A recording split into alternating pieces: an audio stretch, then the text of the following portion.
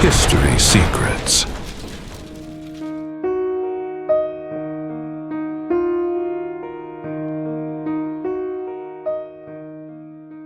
Une question troublante surgit lorsque nous observons les conflits du monde moderne. Pourquoi tant de guerres semblent-elles apparaître dans des endroits qui, à première vue, n'ont aucun lien direct entre eux? Pendant des décennies, des dirigeants politiques ont parlé de sécurité, de terrorisme et de défense nationale. Mais certains analystes proposent une lecture différente de ces événements. Une lecture qui tente de relier décisions militaires, transformations technologiques et changements géopolitiques globaux. Cette interprétation commence par un événement qui a profondément marqué le XXIe siècle. Les attaques du 11 septembre. Après ce jour, les États-Unis ont lancé ce qui est devenu connu comme la guerre contre le terrorisme. Des interventions militaires ont eu lieu dans plusieurs pays, notamment en Afghanistan, en Irak et plus tard en Libye. Le récit officiel affirmait que ces actions visaient à éliminer des réseaux terroristes. Cependant, certains observateurs ont soulevé une question inconfortable. Pourquoi certains pays ont-ils été attaqués sans lien direct prouvé avec les responsables des attentats? Une interprétation controversée suggère que ces conflits pourraient être liés à un réaménagement stratégique du Moyen-Orient. Selon cette lecture, certaines puissances chercheraient à créer un nouvel ordre régional. Un ordre dans lequel Israël occuperait une position dominante. Cette hypothèse est parfois appelée par certains analystes Ege Pax Judaica Io, une expression qui décrit l'idée d'un système régional de stabilité imposé par un pouvoir central. Il est important de noter que cette interprétation ne fait pas consensus dans le monde académique, mais elle apparaît fréquemment dans des débats géopolitiques alternatifs. Dans cette logique interprétative, plusieurs conflits du Moyen-Orient recevraient une nouvelle explication. Des pays considérés comme des obstacles stratégiques devraient être affaiblis. Et parmi ces pays, l'Iran apparaît fréquemment. Certains analystes suggèrent qu'une éventuelle guerre impliquant l'Iran pourrait profondément modifier l'équilibre régional. Une guerre de ce type aurait des conséquences dévastatrices pour toutes les parties. Mais elle pourrait aussi provoquer un retrait de puissances extérieures de la région. Ce retrait créerait un vide de pouvoir. Et les vides de pouvoir ne restent rarement vides longtemps. De nouvelles forces apparaissent toujours pour les occuper. Dans ce scénario hypothétique, Israël pourrait émerger comme centre stratégique du Moyen-Orient. Non seulement sur le plan militaire, mais aussi économique. Pendant que ces tensions géopolitiques se développent, un autre phénomène transforme le monde en silence. L'avancée rapide de l'intelligence artificielle.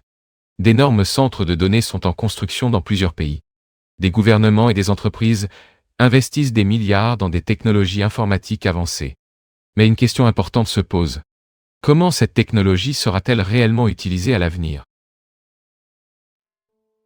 Certains analystes soutiennent que le véritable potentiel de l'intelligence artificielle ne réside pas seulement dans la productivité, mais dans la surveillance. L'idée serait de créer des systèmes capables de surveiller pratiquement toutes les activités humaines. Identité numérique, monnaie numérique, registre complet des comportements économiques et sociaux.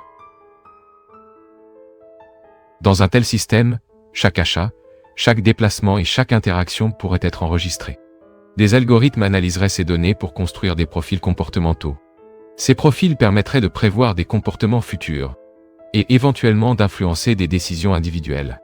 Il s'agit de ce que beaucoup appellent un état de surveillance numérique. Les pays comme la Chine expérimentent déjà des versions partielles de ce modèle.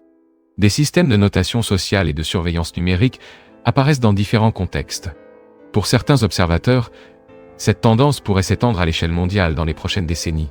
Surtout si les crises politiques et les conflits s'intensifient. Car les périodes d'instabilité justifient souvent des mesures de contrôle plus strictes.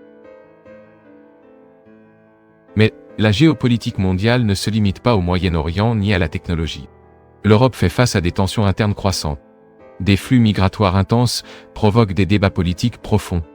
Dans le même temps, la guerre en Ukraine a ravivé des rivalités militaires entre grandes puissances. Certains analystes pensent que le continent européen pourrait connaître des années de grande instabilité. Des conflits extérieurs et des pressions internes pourraient survenir simultanément. Aux États-Unis, un autre type de tension s'intensifie. La polarisation politique a atteint des niveaux rarement observés dans l'histoire récente. Des divisions idéologiques profondes fragmentent la société. Certains observateurs craignent que ces tensions ne conduisent à des épisodes croissants de violence politique. En Asie, des rivalités historiques continuent de façonner l'équilibre régional.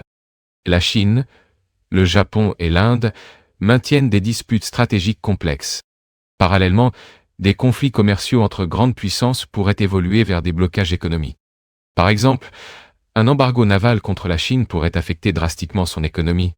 Cela s'explique par le fait qu'une grande partie de ses ressources énergétiques et alimentaires provient de l'étranger.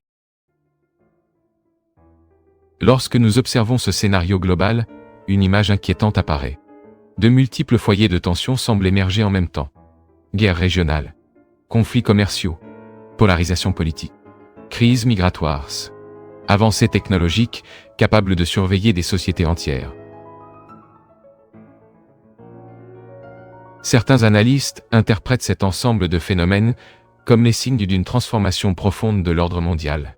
Une transformation qui pourrait conduire à l'émergence de nouveaux centres de pouvoir, et potentiellement à de nouvelles formes de gouvernance globale. Mais une autre possibilité existe aussi. Peut-être que beaucoup de ces événements ne sont pas reliés par un plan uni. Peut-être sont-ils simplement le résultat complexe d'intérêts politiques, économiques et historiques entrelacés. L'histoire montre généralement que l'avenir suit rarement un scénario simple. Les grandes théories peuvent sembler convaincantes, surtout lorsque des événements apparemment déconnectés commencent à former des schémas. Mais le véritable test de ces interprétations sera toujours le temps. Car seul l'avenir peut confirmer si ces hypothèses reflètent des tendances réelles, ou si elles ne sont que des tentatives humaines de donner un sens au chaos de l'histoire. Pourtant, observer ces possibilités nous oblige à réfléchir au pouvoir, à la technologie, et à la direction que notre civilisation pourrait prendre dans les prochaines décennies. Certaines de ces interprétations suggèrent des transformations profondes du système global.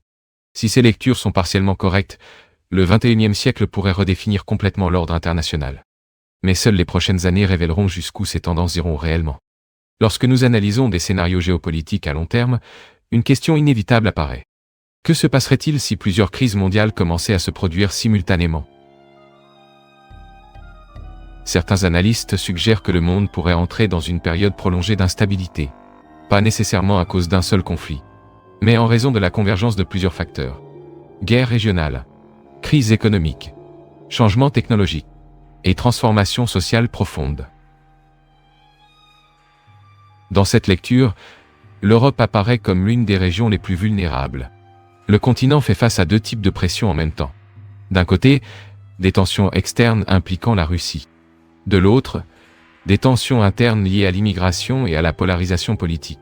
Certains observateurs pensent que ces deux forces pourraient se combiner de manière explosive.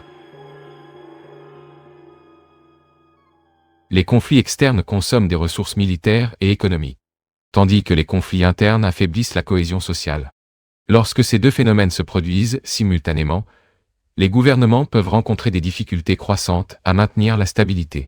Cette possibilité inquiète de nombreux analystes en sécurité internationale.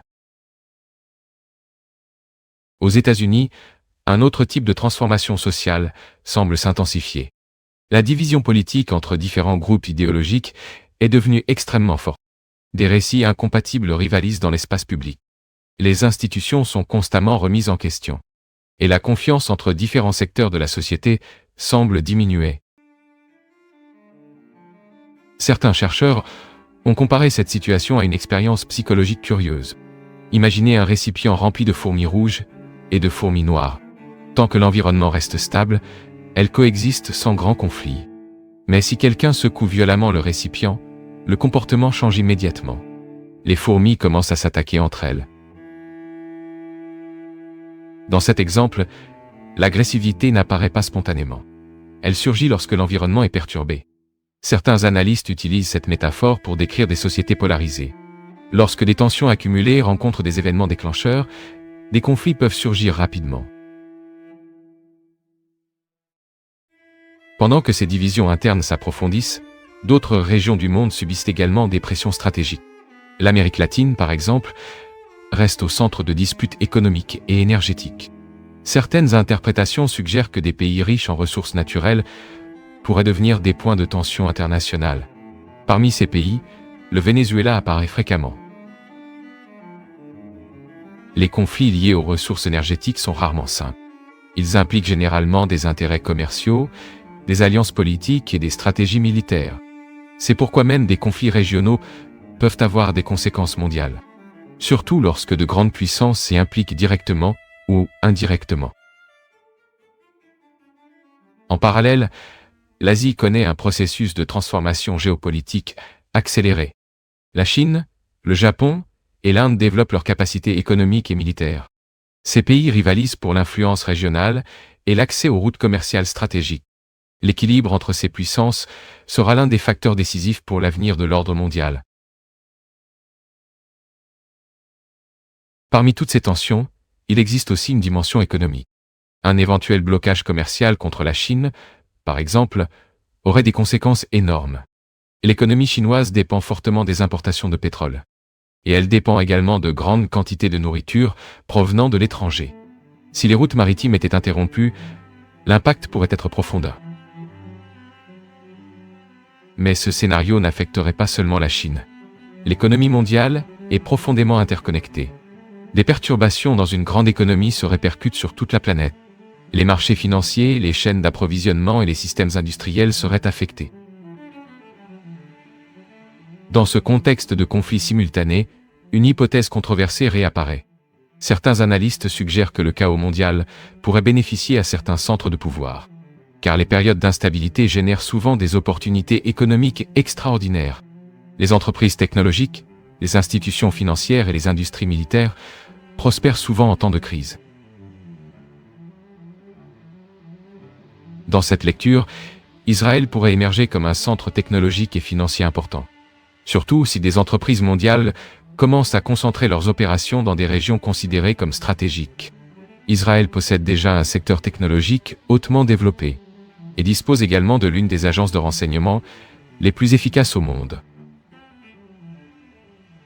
Cette combinaison de technologie, de renseignement et d'influence diplomatique pourrait transformer le pays en un point central des réseaux globaux, en particulier dans des domaines comme la cybersécurité, l'intelligence artificielle et la défense.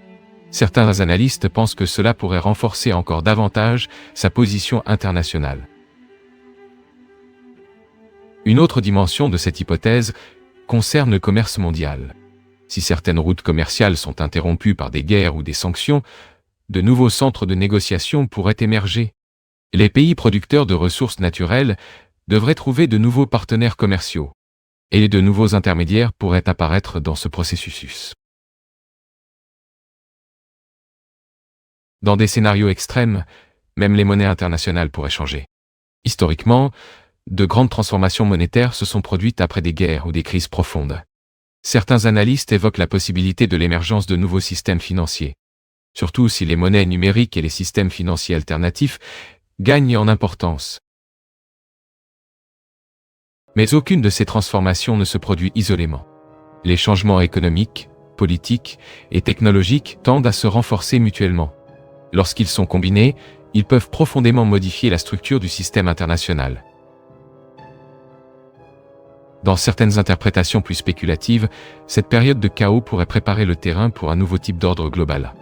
Un ordre fondé sur la surveillance numérique, des systèmes financiers intégrés et des centres technologiques hautement concentrés. Dans cette vision, les conflits et les crises agiraient comme des catalyseurs de transformation.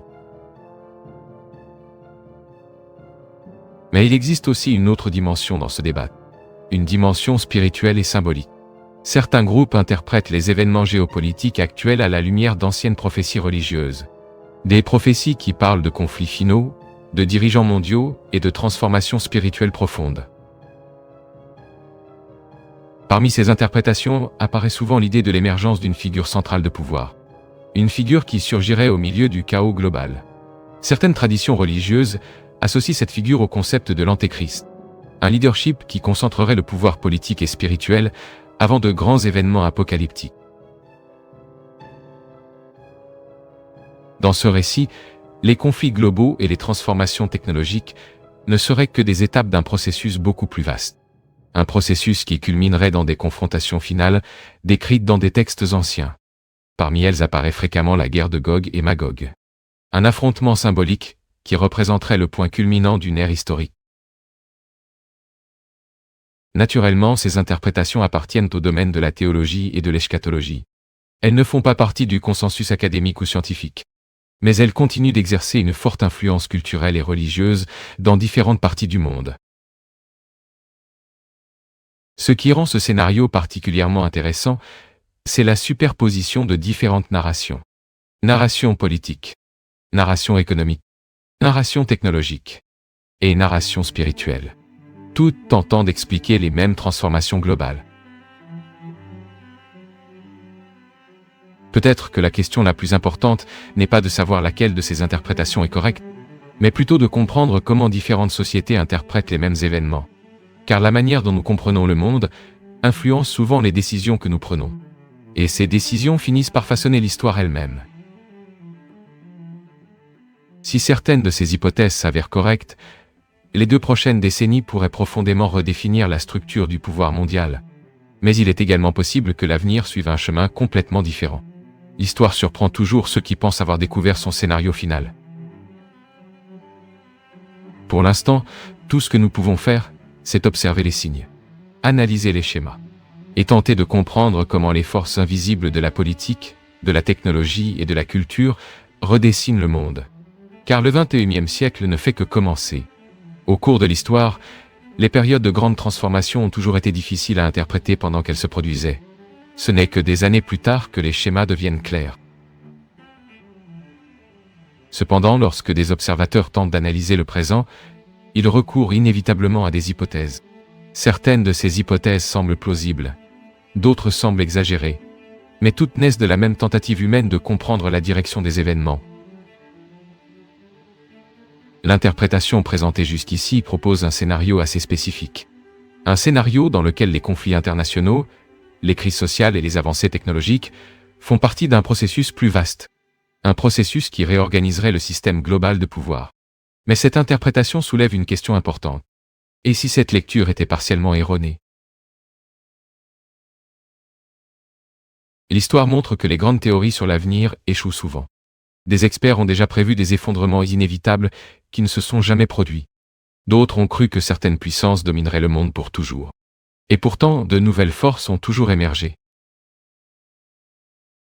Le XXe siècle, par exemple, a été marqué par des prévisions dramatiques. Des empires considérés comme invincibles ont disparu. Des idéologies qui semblaient permanentes se sont effondrées. Et de nouvelles puissances ont émergé de manière inattendue. C'est pourquoi toute analyse de l'avenir doit conserver un certain degré d'humilité, même lorsque les schémas semblent convaincants. Même lorsque les événements semblent confirmer certaines hypothèses. Le monde réel suit rarement exactement le chemin que nous imaginons.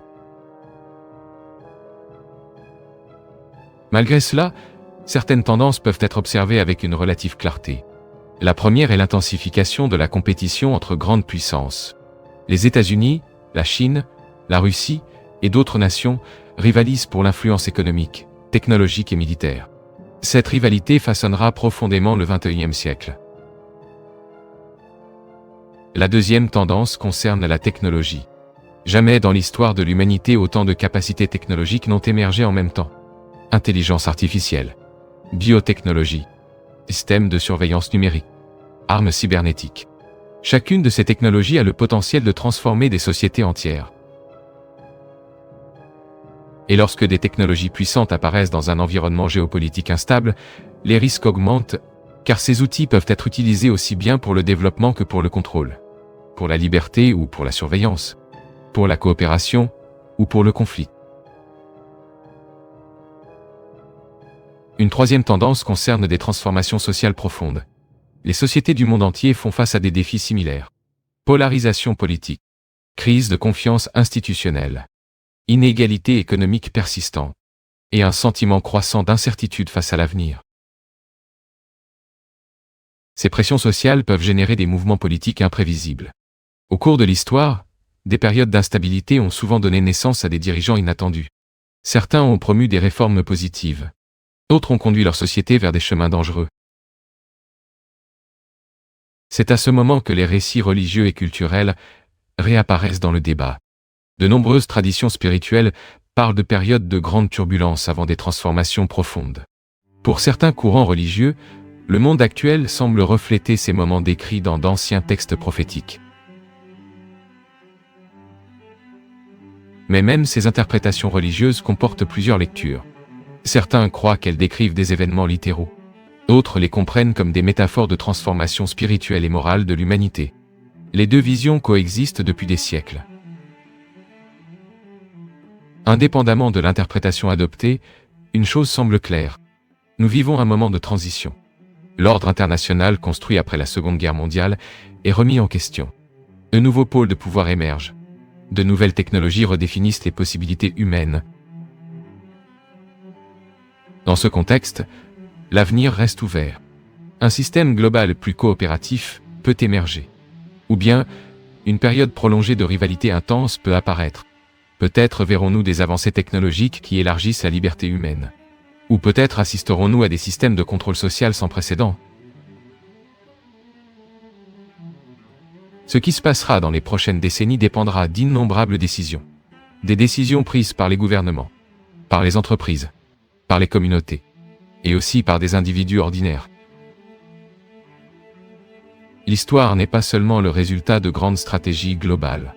Elle est aussi façonnée par des choix humains quotidiens, par des valeurs, par des croyances, par des visions de l'avenir. Peut-être que la véritable question n'est pas de savoir s'il existe un grand plan derrière les événements. Peut-être que la question la plus importante est une autre. Quel type de monde sommes-nous en train de construire par nos propres actions? Car indépendamment des théories sur l'avenir, une chose reste vraie. Le XXIe siècle est encore en train de s'écrire. Et le destin final de cette histoire n'a pas encore été décidé. Peut-être que, lorsque les historiens du futur regarderont cette époque, ils y verront un moment de grand risque, mais aussi un moment de grande possibilité. Un moment où l'humanité a dû décider quel chemin suivre. Entre conflit et coopération. Entre contrôle et liberté. Entre peur et conscience. La réponse à ces choix est encore ouverte. Et c'est peut-être précisément ce qui rend ce moment de l'histoire si décisif. Lorsque de grandes théories sur l'avenir commencent à circuler, une réaction naturelle apparaît. Le scepticisme. Et ce scepticisme est sain. Tout au long de l'histoire, de nombreuses interprétations grandioses ont tenté d'expliquer le destin du monde. Certaines ont capté des tendances réelles. D'autres se sont révélées n'être que le reflet des angoisses de leur époque. C'est pourquoi toute analyse doit être examinée avec prudence. Malgré cela, certaines questions continuent de revenir. Pourquoi tant de conflits semblent-ils apparaître simultanément dans différentes régions? Pourquoi des rivalités stratégiques s'intensifient-elles sur plusieurs continents en même temps? Et pourquoi de nouvelles technologies de contrôle social se développent-elles si rapidement? Certains analystes soutiennent que ces phénomènes peuvent être liés à des transformations structurelles profondes. Des changements dans l'équilibre global du pouvoir. Des changements dans les systèmes économiques.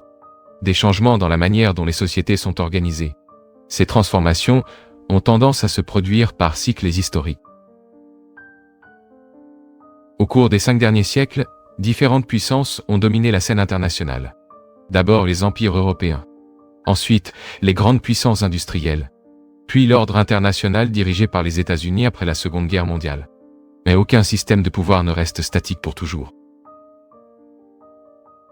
Lorsqu'un ordre global commence à s'affaiblir, de nouvelles forces émergent inévitablement. Et la période de transition entre deux ordres est généralement turbulente. Guerre, crise économique, transformation technologique rapide. Tous ces facteurs apparaissent souvent simultanément. Certains chercheurs appellent ces périodes des transitions systémiques.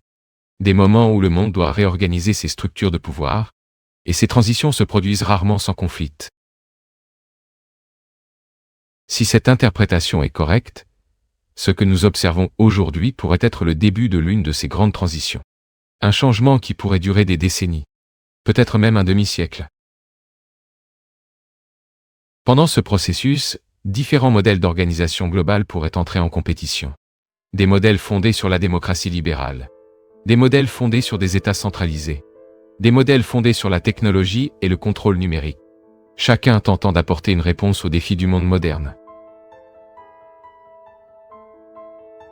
Parallèlement, Les technologies émergentes pourraient accélérer cette transformation. Intelligence artificielle, automatisation, réseaux numériques mondiaux. Ces outils modifient profondément l'économie et la politique. Certaines promettent des gains extraordinaires de productivité.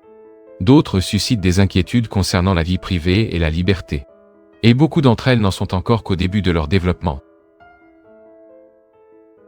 Dans les scénarios les plus pessimistes, ces technologies pourraient faciliter des systèmes de contrôle social extrêmement sophistiqués. Dans les scénarios plus optimistes, elles pourraient élargir l'accès au savoir et améliorer la qualité de vie à l'échelle mondiale. Le résultat final dépendra de la manière dont ces technologies seront utilisées et des valeurs qui guideront leur développement. Pendant ce temps, les récits religieux continuent d'offrir leurs propres interprétations des événements. Pour certains groupes, les tensions globales actuelles reflètent des signes prophétiques décrits dans des textes anciens. Ces interprétations apparaissent dans différentes traditions spirituelles, chrétiennes, juives, islamiques, chacune proposant une lecture différente de l'avenir. Dans beaucoup de ces récits, des périodes de grande instabilité précèdent des transformations spirituelles profondes. Certains parlent de dirigeants mondiaux charismatiques. D'autres évoquent de grands affrontements entre forces opposées. Et certains décrivent l'émergence d'une nouvelle ère après une période de crise. Indépendamment de l'interprétation adoptée, ces récits révèlent quelque chose d'important. L'humanité a toujours cherché à comprendre l'avenir à travers des histoires. Des histoires qui aident à donner du sens au chaos de l'histoire. Mais peut-être que la leçon la plus importante est une autre. L'avenir suit rarement exactement les scénarios que nous imaginons. Il est souvent plus complexe, plus surprenant, et parfois plus ambigu que ce que nos théories peuvent prévoir. C'est pourquoi, face aux transformations du XXIe siècle, la meilleure posture est peut-être celle de l'enquête. Observer les schémas, remettre en question les récits, analyser les preuves, et rester ouvert à de multiples interprétations. Car le monde continue de changer, et chaque génération doit réinterpréter sa propre époque.